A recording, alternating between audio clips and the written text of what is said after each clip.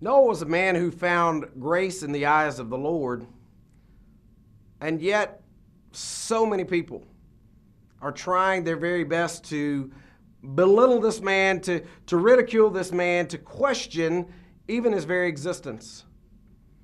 Skeptics abound. They love to throw arrows at the flood account. Today, we are coming right back at you. We're letting the skeptics know that this particular account will stand up to anything you throw at it. For you see, Noah was a man who walked with God. Skeptic says, no, Noah couldn't have done it. He couldn't have built the boat because he wouldn't have had the shipbuilding skills. He would have been ignorant. Sounds like a pretty good defense. And yet the reality of it is, folks, listen to me, God created man with intelligence. In fact, I'm of the opinion that probably Adam had the most pristine brain, and we've been getting dumber ever since. Somebody that says Noah wasn't smart enough is looking at it from strictly a evolutionist perspective. The idea that early man is ignorant, that he's dumb, that we're some ape-like creature that has evolved up. And yet the reality of it is we've had intelligence. Adam was naming animals quite literally from the very beginning. Before Eve was even on the scene, he was already giving names to the animals.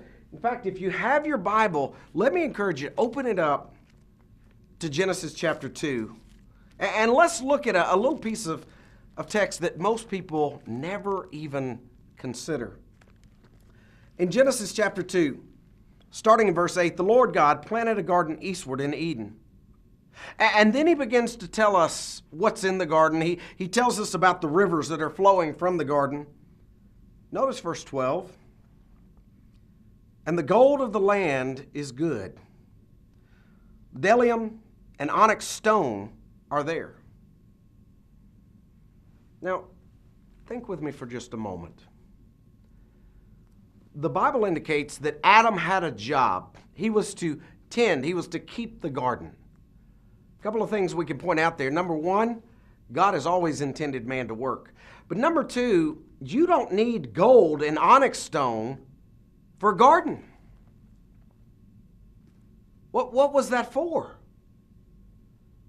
Friends, that was because Jehovah God realized man had intelligence and that we would use those things to make other things, to make things that we would one day use as tools or instruments. If we look in the Bible, we build a timeline and we start at creation and we move just a little bit forward, all the way to, say, Genesis chapter 4. Genesis chapter 4, verse 20. We read about, for instance, a man by the name of Jubal, who the text says was the father of all those who play the harp and the flute. We read of Tubal-Cain, an instructor of every craftsman of bronze and iron. Folks, we're not that far. We're not that far away from Adam and Eve. We're just a few short generations on his family tree, and yet already we've got historical record of people smelting metal and making musical instruments. So don't tell me that Noah would not have been smart enough to build this boat. After all, who fashioned his brain? God did. You know, the next time that somebody tells you that Noah couldn't have built a boat like that, ask them these questions for me. What about the Egyptian pyramids? Or the Sphinx? Or Stonehenge? Or the Colossus at Rhodes? How did those things get built? You know, in reality, if we're completely honest, we don't have a clue. By that I mean, we've got theories. You know, we've got pictures in textbooks of men rolling these massive stones on logs.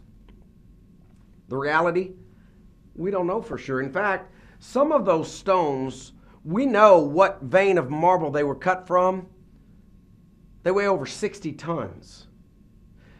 Over 200 miles away. How do you get a 60-ton stone, 60-ton piece of marble from 200 miles? How do you lift that up, set it at a right angle without any construction equipment? Oh, we open our textbooks and we see slaves trying to roll them across logs, or maybe a textbook that is showing one of the latest theories that maybe they used kites to move these massive stones. Folks, I've flown kites before. Never moved a 60-ton stone with one. Don't tell me that Noah wasn't smart enough. When we look around at some of these ancient cultures, we realize the reality of it was, in many ways, they were using technology that it would be many, many, many years before we would understand. Somebody says, okay, if you really believe the flood account, Brad, if you think he was smart enough, you think the boat was big enough, how do you explain all the different colors of people today? Because there was only 8 people on that boat. How do you explain the dark-skinned people of the equator, or the mocha-colored people around the Middle East, or the red Native American skins, or how do you explain all of that if we really did all come from this boat? Folks, there's a lot of people who've compromised this account who basically, maybe they don't want to be related to everybody, or maybe they just think it's impossible that we could all be related. The bottom line, if there was a global flood that killed everybody, and only 8 souls were preserved, then number one, yes, we are all related. And number 2, we should be able to explain this concept of the races. Where did they come from? Now, I want you to understand, I'm going to be using society's definition of the word race. That is skin color. But the Bible is very clear that there is only one race, and that is the human race. What is it that you and I need to know about races? Simply put, skin color is caused by a biological pigment known as melanin. Everybody has melanin in their melanocyte cells, and the amount of melanin that you have is strictly determined by your mother and your father. Geneticists have come along, they've said, okay, we're going to try to designate abbreviations, for instance, for how much melanin somebody has. So, for instance, big A, big B, big B, that would be the designation applied to somebody maybe that has the darkest skin possible. Capital A, capital A, capital B, capital B. Or we use maybe lowercase letters, small a, small b, to indicate somebody who has recessive genes, that doesn't have a large quantity of melanin. Little a, little b, little b. What would we call somebody that has absolutely no melanin in their skin? That's a condition we call albino. And if they are true albinos, what you see is kind of a pinkish hue, because you're looking through their skin at the capillary bed below. They're almost translucent. That is a mutation that has come up in our gene pool since creation. But let's take it back. Let's see if there's a way that we can figure out how we get all the different colors around us. In fact, let's take it all the way back to Adam and Eve. Just 2 people. Look at Genesis chapter 3, verse 20. Adam called his wife's name Eve because she was the mother of all living, telling us all the lineage of humanity was coming through Eve. That means there are not little pockets of people all over the place. That means that God didn't just set, and by the way, for those of you who've always wondered about where'd Cain get his wife, the answer to that has to lie in that verse. Adam called his wife's name Eve because she was the mother of all living. Had to either be a sister or a niece. So let's see if we can take two people. We'll call them Adam and Eve, and figure out how we got all the different colors. For instance, what if Adam and Eve were really, really dark-skinned people? Big A, big A, big B, big B. What would we get from a cross with those two parents? Well, we would get all their children would be big A, big A, big B, big B, right? They'd all be very, very dark-skinned. Now, is that what we see around us today? Nope. So I can stand here in front of you today and I can tell you, Adam and Eve, they weren't real dark-skinned people. And you get that look on your face and you say, hold on, Brad, wait a second. You can't say that. Because we're living in a politically correct environment. You might offend somebody. And you're right, I might, but just wait your turn. I'm going to probably offend every single person. I can tell you, they weren't real dark-skinned.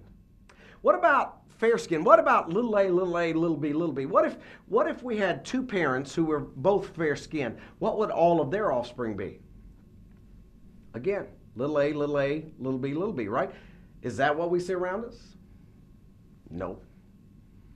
So now I'm back to offending everyone, because I don't think Adam and Eve were fair-skinned. I realize every summer we get that Vacation Bible School packet and it's got the blonde hair, blue-eyed Eve. Folks, that's not the reality. In fact, when we ask what is it that we see, we know that according to the world's population, 55% is Caucasoid or Caucasian, 37% is Mongoloid or Asian, and 8% is Negroid. All right? What if God used one dark skin and one light skinned? Maybe Adam was dark, Eve was light. What do we get then? On the screen, there is what geneticists call a Punnett square. It's what we use to try to predict offspring.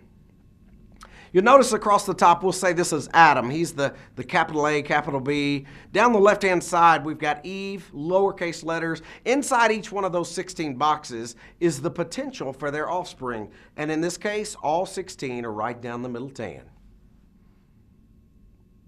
Is that what we see around us today? Is everybody right down the middle tan? Nope. Somebody says, you're running out of options. And you're right. But I do have one left.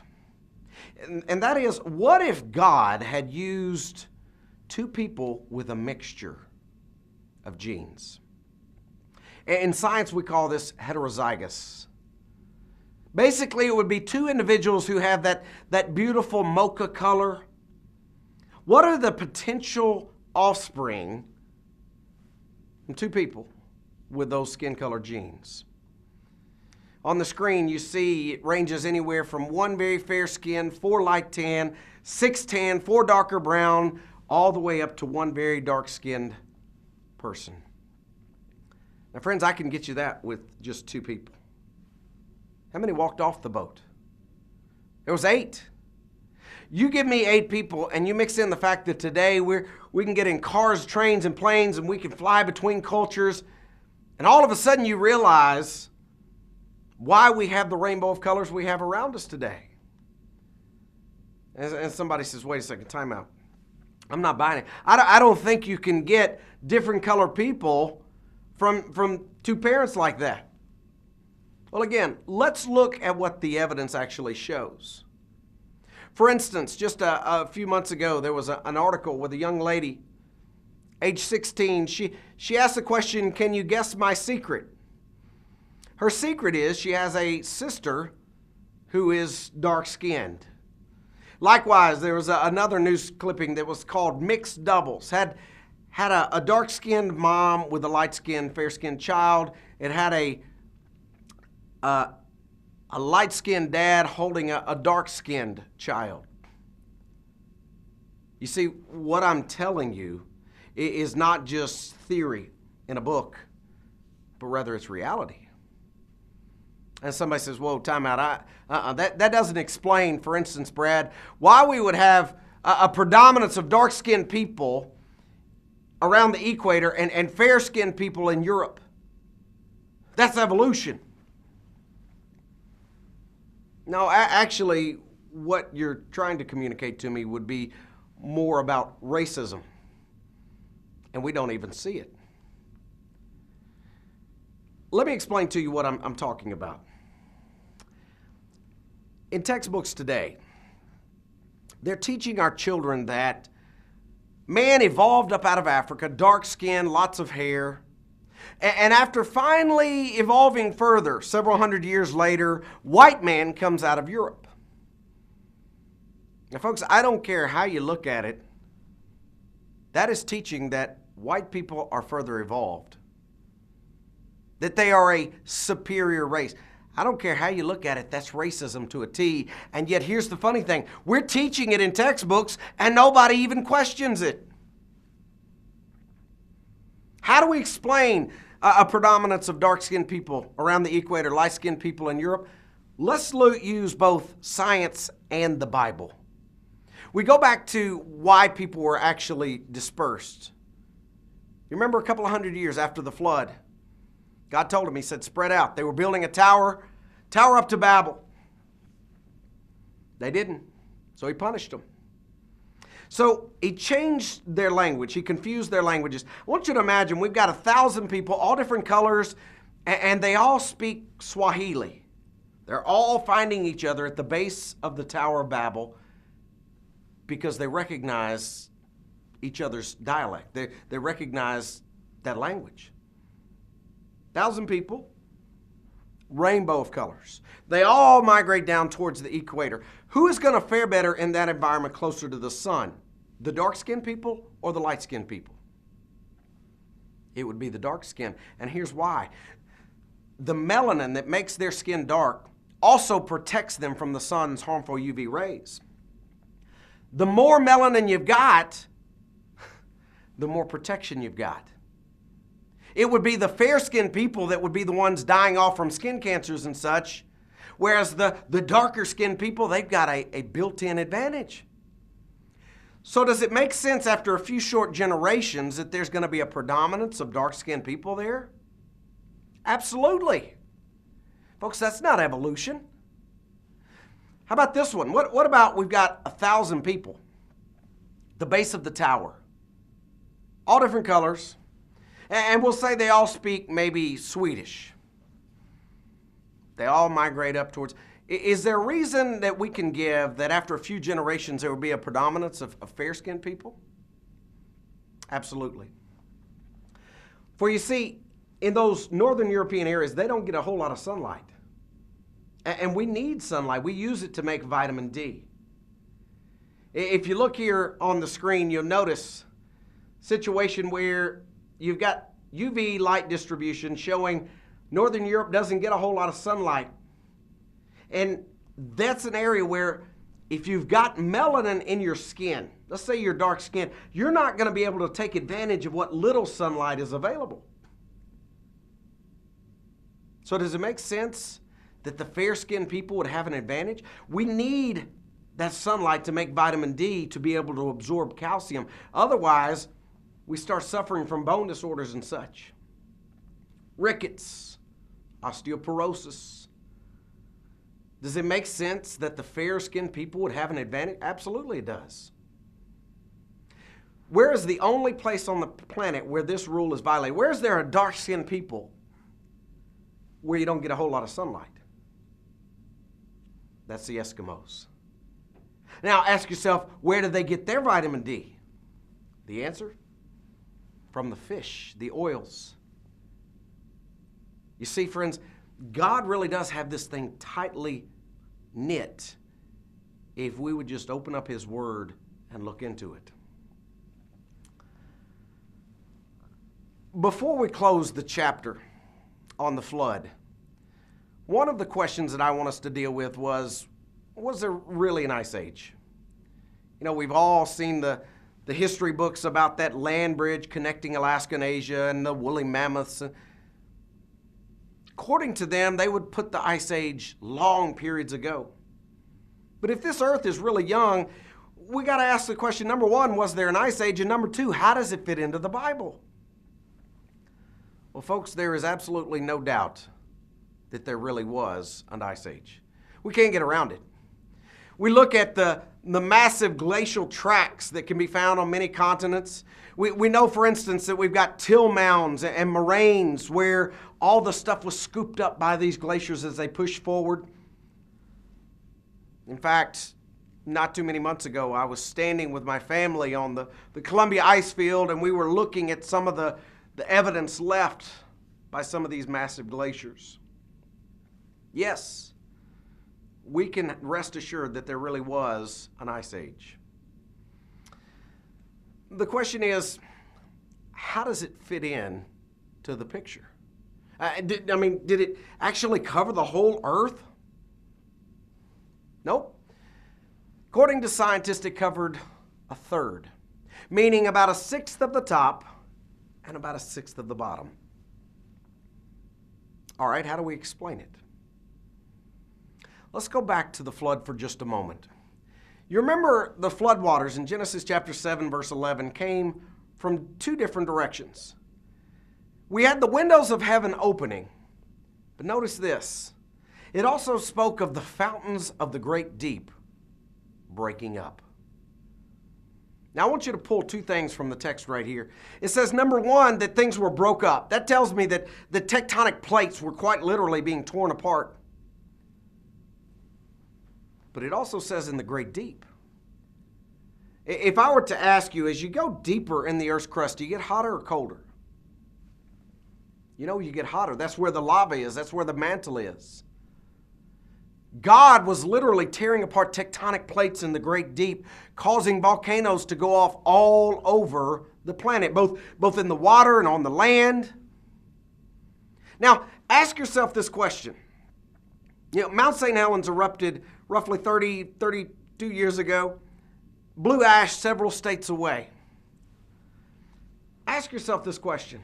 What happens? What do you get when you've got multiple volcanoes going off on land and water, all at the same time, kicked off by the global flood? What do you get? You get the perfect recipe for an Ice Age. What do you need for an Ice Age? Number one, you got to have increased evaporation. You got to get more moisture into the air. How do you do that? You warm up the oceans with that lava from the great deep. But here's the tricky part. How do you simultaneously warm the oceans but cool off the land? You do that with the ash, the volcanic ash. You know, if you think back, many of you probably remember our nation was worried about what we called nuclear winter.